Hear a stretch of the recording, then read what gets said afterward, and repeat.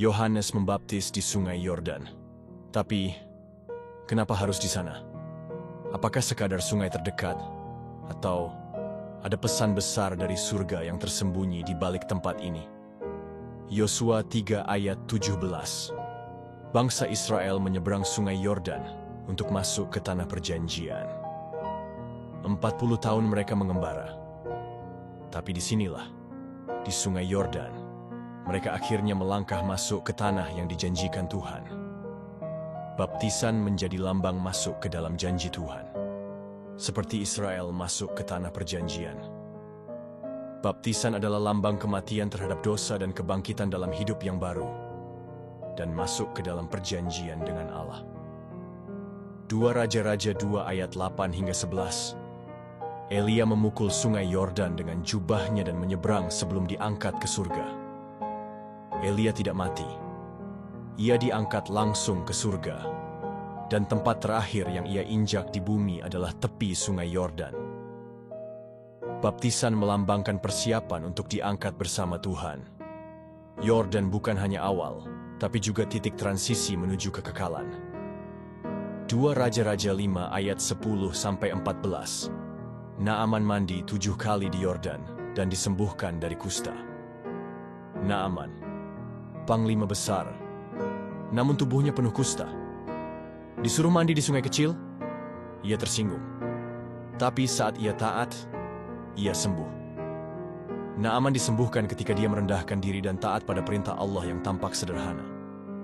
Baptisan adalah lambang penyucian, bukan karena airnya, tapi karena iman yang taat. Matius 3 ayat 13-17. Yesus datang dari Galilea ke Yordan untuk dibaptis.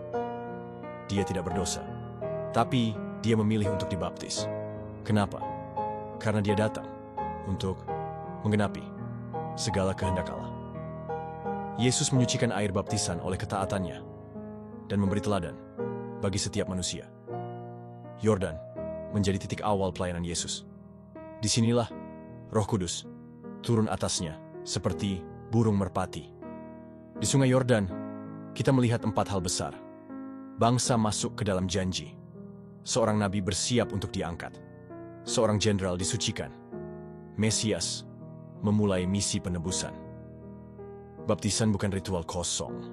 Itu adalah momen suci, di mana langit terbuka dan suara Allah berkata, "Inilah anakku yang kukasihi. Apakah kamu sudah melewati sungai Yordanmu? Apakah kamu sudah masuk ke dalam janji, disucikan dari kusta dosa, dan siap dipenuhi oleh Roh Kudus?" Karena di mata Tuhan, baptisan bukan hanya air. Itu adalah janji, persiapan, pembersihan, dan panggilan untuk hidup baru. Yesus dibaptis di Yordan, bukan karena dia perlu disucikan, tapi karena kita perlu jalan untuk kembali. Dan dia yang membuka jalan itu. Sudahkah kamu dibaptis? Jika belum, mungkin ini saatnya menyeberangi Yordan. Tapi tunggu dulu. Baptisan itu sangat penting. Maka pertanyaannya, bagaimana cara baptisan yang benar? Apakah cipratan air cukup? Atau harus selam? Di video selanjutnya, kita akan kupas langsung dari Alkitab, cara Yesus dibaptis dan bagaimana jemaat mula-mula mempraktikannya. Jangan lewatkan.